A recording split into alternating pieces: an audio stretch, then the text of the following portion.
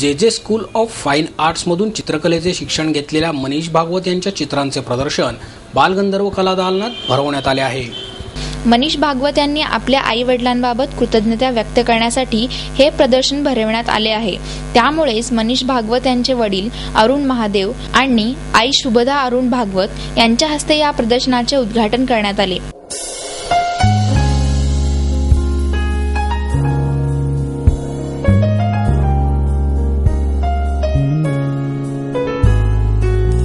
Nature breath या नावानं भरवण्यात आलेल्या या प्रदर्शनात मनीष भागवत यांनी रेखाटलेली 41 चित्रे मांडण्यात आली आहेत। त्यासाठी त्यांनी ॲक्रेलिक आणि वॉटर कलरचा वापर केला आहे। भागवत यांनी यापूर्वी ग्रुप शो मध्ये भाग घेऊन आपली चित्रे प्रदर्शित केली आहेत, मात्र त्यांचं वैयक्तिक असं हे पहिलंच प्रदर्शन आहे। पुण्यासह मुंबई, नाशिक या शहरात मनीष यांनी ग्रुप शो मध्ये भाग घेतला आहे। या चित्रामागच्या प्रेरणेविषयी सांगताना भागवत म्हणाले, माझ्यासाठी चित्र निर्माण करताना झाडाचं पान हे चित्र स्फुरण्याचं एक माध्यम आहे। पानाचा अभ्यास करताना त्याचा पोत, रंग, रेषा, आकार, अवकाश यांच्या अंतरंगबाह्य निरीक्षणातून तसेच ते झाडावर उमलण्यापासून ते गळेपर्यंत त्यांच्या अंतरात झालेले अनेक बदल या सर्वांचा आधार घेऊन चित्र निर्माण होते। ज्याप्रमाणे मानव शरीरातील अंतरंग, मुख्य शिरा, उपशिरा, रक्त, आतील अवकाश या घटकापासून अतिविश्व तयार होते, त्याचप्रमाणे पानातही असे अंतर्विश्व असते। तसेच मानवनिर्मित मुख्य रस्ते, उपरस्ते, निसर्गनिर्मित नद्या, डोंगर अशा काही गोष्टींमध्ये साधर्म्य आढळते। निसर्गात असलेले पाण्याचे धबधबे, झरे, पाऊस पडून गेल्यानंतरचे वातावरण, पानास व निसर्गास दुरून पाहताना त्याचे सौंदर्य छायाप्रकाशात खुलून दिसते, ही देखील एक प्रेरणाच आहे।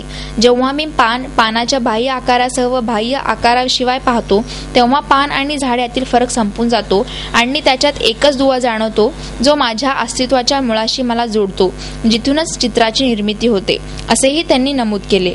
हे प्रदर्शन 25 नोव्हेंबर पर्यंत सकाळी 10 ते रात्री 8 या वेळात सुरू राहणार आहे। माझ्यासाठी चित्र निर्माण करताना झाडाचं पान हे चित्र स्फुरण्याचं एक माध्यम होय।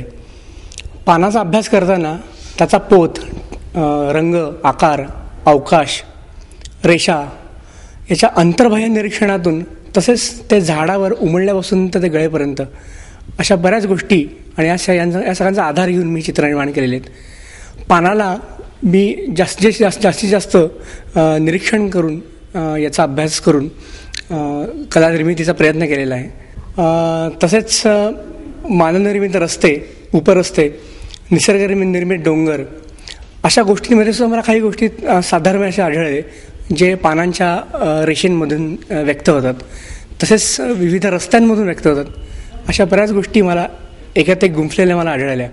मुळात झाडाचं जे पान आहे त्याचा मी अभ्यास करत होतो। त्या अभ्यास करता करता मला अशा अनेक गोष्टी त्या पानांमध्ये आढळल्या की ज्या मी सहज असं बघताना मला ज्या जाणवल्या नाहीत।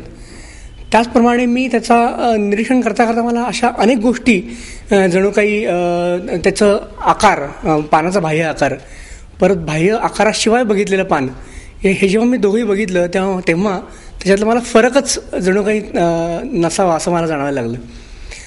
आणि मग मला असं गंमत लक्षात आली की अरे, याच्यात जो दृष्टिकोन आहे बघण्याचा तो जेव्हा आपण बदलतो तेव्हा त्याच्यातील फरक म्हणजे द्वैत आणि अद्वैताचा सुद्धा भास, तो फरक निघून जातो त्याच्यातनं, आणि एकच दुवा कुठेतरी येतो की जो आपल्या मुळाशी, अस्तित्वाच्या मुळाशी जातो आणि तिथूनच कला निर्मिती होते। हीच गोष्ट मला त्याच्यात जाणवली।